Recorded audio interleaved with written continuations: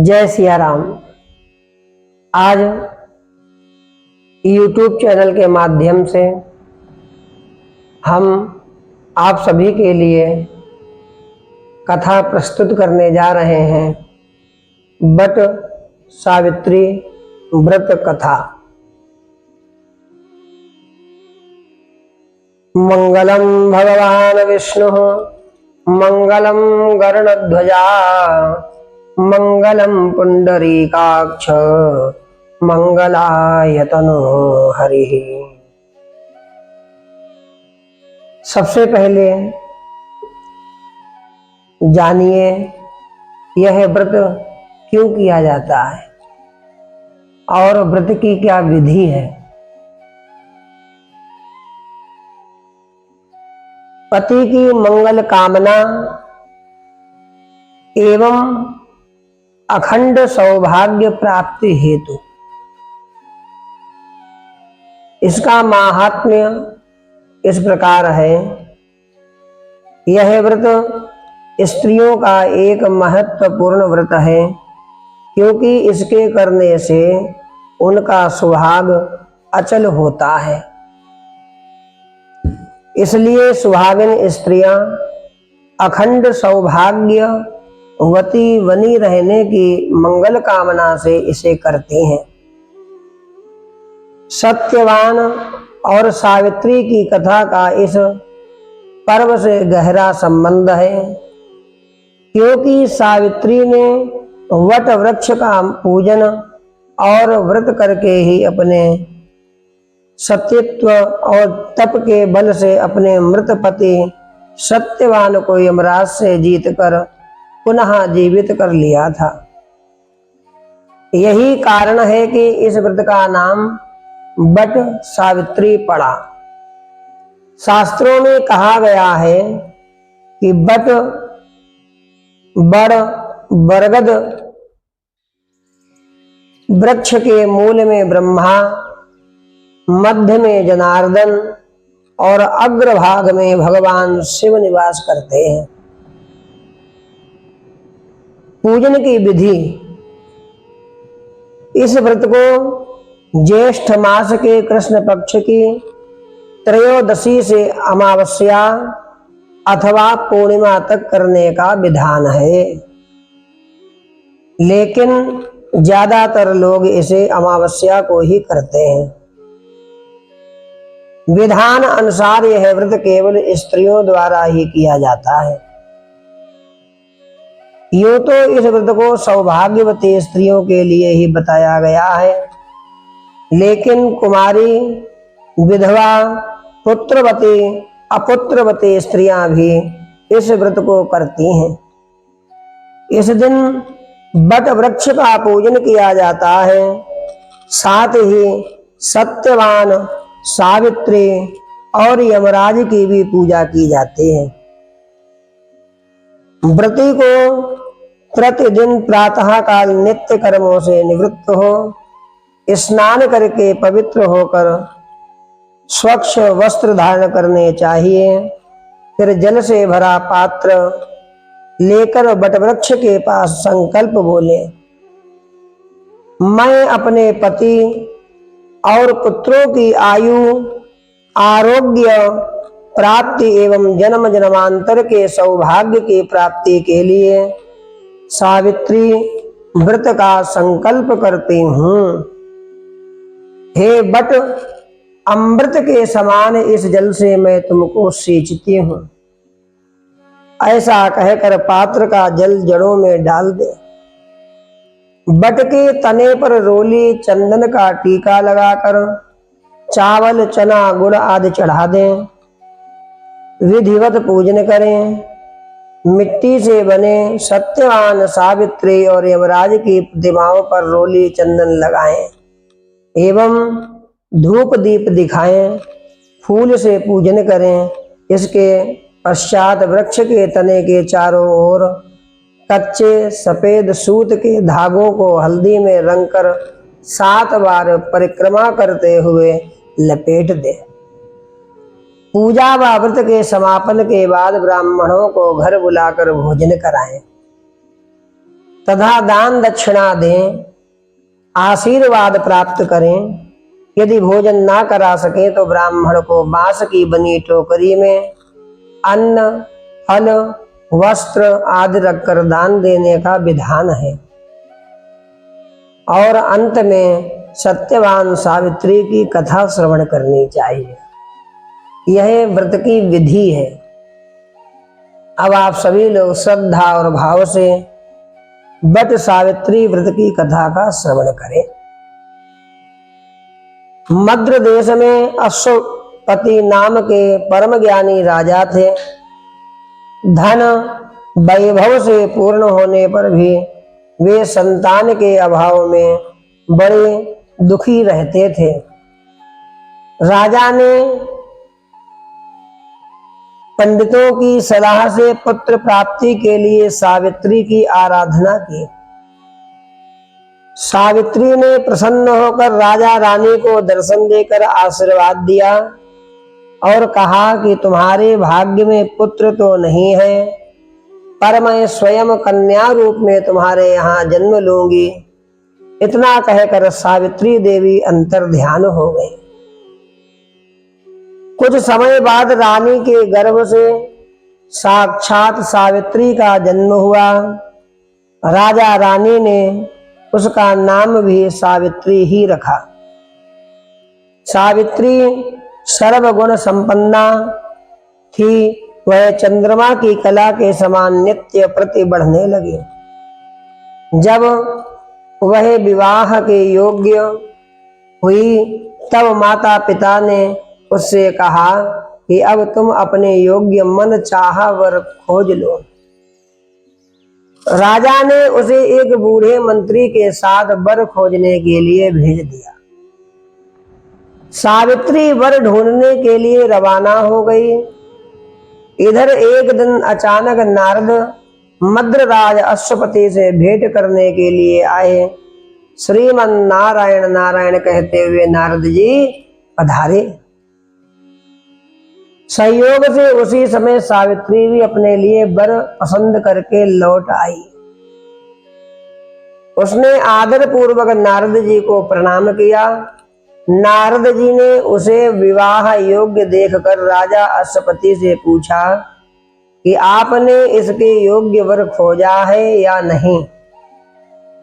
राजा ने बताया कि मैंने सावित्री को वर खोजने के लिए भेजा था। वह अभी लौट कर आई है और अब यही बताएगी कि उसने अपने पति रूप में किसे पसंद किया है। राजा की बात सुनकर नारद जी ने सावित्री से पूछा कि तुमने किस वर के साथ विवाह करने का निश्चय किया है। सावित्री ने परम विनम्र हो हाथ जोड़कर निवेदन किया कि महाराज, राजा द्युमत सेन का राज्य रुक्मी ने छीन लिया है और वे अंधे होकर रानी के साथ वन में रहते हैं। उनके एकमात्र पुत्र सत्यवान को ही मैंने अपना पति बनाने का निश्चय किया है। सावित्री के ऐसा कहने पर नारद जी ने अश्वपति से कहा कि आपकी कन्या ने वर खोजने में निसंदेह भारी परिश्रम किया है। वास्तव में ही सत्यवान गुणवान और धर्मात्मा है। वह रूपवान और समस्त शास्त्रों का ज्ञाता भी है, ज्ञानवान है। वह अपने माता पिता के समान सत्य बोलने वाला है। इसी कारण उसका नाम सत्यवान हुआ।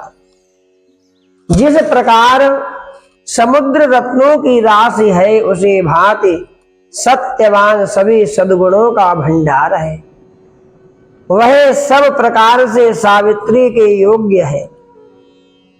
वह सब बातों में सावित्री के साथ रहने की क्षमता रखता है। इतना कुछ होते हुए भी उसमें एक दोष है, जिसके सामने ये सभी गुण फीके से पड़ जाते हैं। वह अल्प आयु है और विवाह के उपरांत 1 वर्ष की समाप्ति पर उसकी मृत्यु हो जाएगी। नारद जी के मुख से यह वचन सुनकर राजा अश्वपति का चेहरा जो था ना वह उदास हो गया। उनके मधुर स्वप्न नष्ट हो गए। नारद के वचन कभी मिथ्या नहीं होते। नारद के वचन कभी मिथ्या नहीं हो सकते।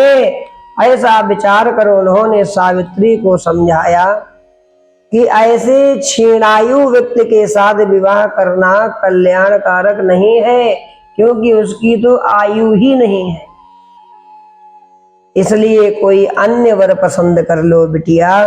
पिता की बात सुनकर सावित्री ने कहा कि अब मैं शारीरिक संबंध के लिए तो कभी मन में भी किसी अन्य पति के खोजने का विचार नहीं कर सकती। कोई भी संकल्प पहले मन में आता है, फिर वाणी से कहा जाता है, कहने के पश्चात उसे करना ही होता है, चाहे वह शुभ हो या अशुभ हो। मैंने जिसे एक बार अपने मन से पति स्वीकार कर लिया है वही मेरा पति होगा। अब मैं किसी दूसरे का वर्णन किस प्रकार कर सकती हूँ। राजा एक ही बार आज्ञा देता है, पंडित एक ही बार प्रतिज्ञा करते हैं और कन्यादान भी एक ही बार होता है। जैसा भी है अब वह मेरा पति है। मुझे उसके दीर्घायु या अल्पायु होने से कोई हर्ष या विषाद नहीं है। अब मैं अन्य पुरुष की तो बात ही क्या, देवराज इंद्र को भी स्वीकार नहीं करूंगी। कोई शक्ति मुझे मेरे निश्चय से नहीं डिगा सकती। मैं पुनः दृढ़ता पूर्वक कहती हूं कि सत्यवान ही मेरा पति होगा। सावित्री का ऐसा दृढ़ संकल्प सुनकर नारद जी ने राजा अश्वपति को सम्मति दी कि तुम्हें सावित्री का विवाह सत्यवान के साथ ही कर देना चाहिए। यही उचित प्रतीत हो रहा है। इस प्रकार राजा को समझा बुझाकर नारद जी नारायण नारायण कहते हुए अपने स्थान को चले गए।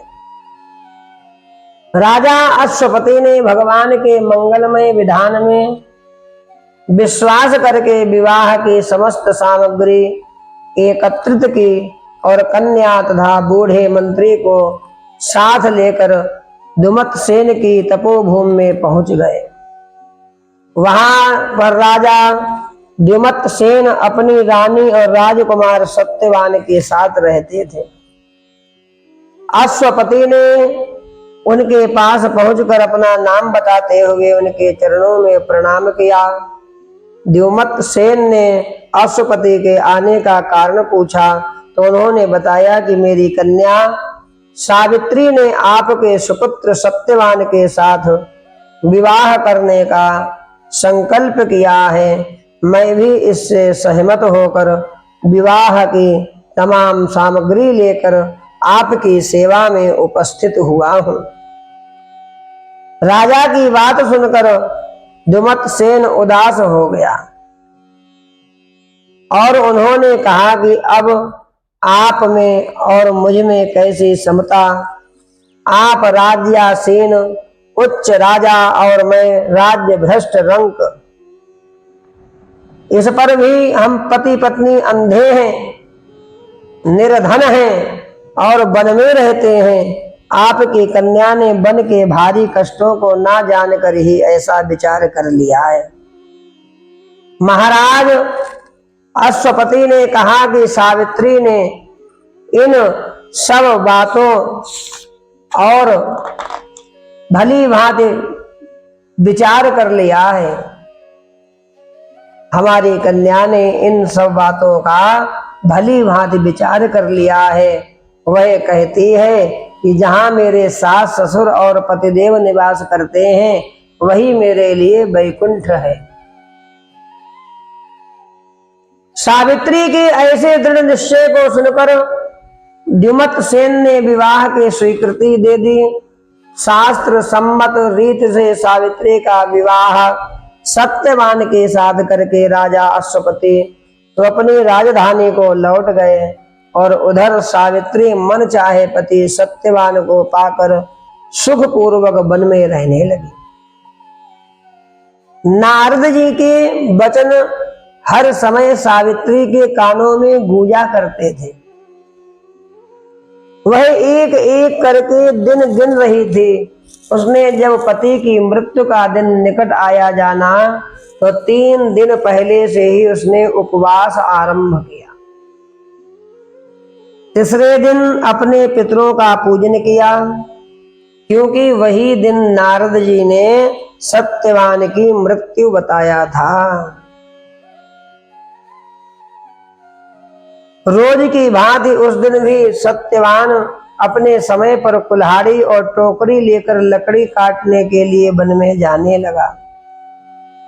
तो सावित्री ने स्वयं भी उसके साथ चलने का आग्रह किया। सत्यवान ने उस माता पिता की सेवा के लिए वहीं ठहरने की सम्मति दी कि तुम माता पिता की सेवा करो। तब सावित्री अपने सास ससुर से सत्यवान के साथ वन में जाने की आज्ञा ले आई और उसके साथ वन को चलने की तैयारी की। सत्यवान ने वन में पहुंचकर फल फूल तोड़े और बाद में लकड़ी काटने के लिए एक वृक्ष पर चढ़ गया। वृक्ष के ऊपर ही सत्यवान के सिर में भारी पीड़ा होने लगी। वह वृक्ष से नीचे उतर आया और सावित्री की जंघा पर अपना सिर रखकर लेट गया। कुछ देर बाद सावित्री ने अनेक दूतों के साथ यमराज को हाथ में पास लिए हुए आया देखा। पहले तो यमराज ने सावित्री को दैवी विधान कहकर सुनाया और फिर वे सत्यवान के अंगुष्ठ मात्र जीव को लेकर दक्षिण दिशा की ओर चले गए। सावित्री भी यमराज के पीछे पीछे चलने लगी। जब बहुत दूर तक उसने यमराज का पीछा न छोड़ा तो उन्होंने उससे कहा कि हे पतिव्रते, जिस सीमा तक एक मनुष्य दूसरे मनुष्य का साथ दे सकता है वहां तक तुमने पति का साथ दिया है, अब तुम घर लौट जाओ। सावित्री ने कहा, हे धर्मराज, जहां मेरा पति जा रहा है वहीं मुझे भी जाना चाहिए, यही सनातन धर्म है। पतिव्रत के प्रभाव और आपकी कृपा से कोई भी मेरी गति नहीं रोक सकता। सावित्री के ऐसे धर्मपूर्ण वचन सुनकर यमराज ने प्रसन्न होकर उसे एक वर मांगने के लिए कहा। सावित्री बोली कि मेरे सास ससुर वन में रहते हैं और अंधे हैं, मैं आपसे यही मांगती हूँ कि उन्हें दिखाई देने लगे। यमराज ने ऐसा ही हो कहकर उसे पुनः लौट जाने की सलाह दी। यमराज की बात सुनकर सावित्री ने कहा, भगवान, जहां मेरे पति देव जाते हो वहां उनके पीछे पीछे चलने में मुझे भी कष्ट या परिश्रम नहीं है। पति पारायण होना मेरा कर्तव्य है। आप धर्मराज हैं, परम सज्जन हैं। सत्य पुरुषों का समागम भी तो कुछ कम पुण्यों का फल नहीं है। सावित्री के ऐसे धर्मयुक्त और श्रद्धापूर्ण वचन सुनकर यमराज ने फिर कहा, सावित्री, मैं तुम्हारे वचनों से बहुत प्रसन्न हो गया हूं। तुम मुझसे एक वरदान और मांग लो। सावित्री ने कहा, राजा द्युमत सेन का राज छिन गया है, उसे वे पुनः प्राप्त करें और धर्म में उनकी सदैव प्रीति रहे, यही वरदान मुझे दीजिए। यमराज ने वरदान देकर पुनः उसको लौट जाने को कहा, किंतु वह ना मानी और बराबर पीछा करते रहे। उसकी ऐसी दृढ़ पति भक्ति देख यमराज ने प्रसन्न होकर उसे तीसरा वरदान देने की इच्छा प्रकट की, हे सावित्री वरदान मांग लो।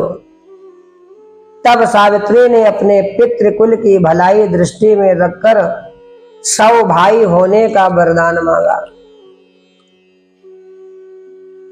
यमराज ने सहर्ष यह वरदान भी दिया और सावित्री से पुनः आगे न बढ़कर लौट जाने का आग्रह किया, किंतु सावित्री अपने प्रण पर अडिग रही।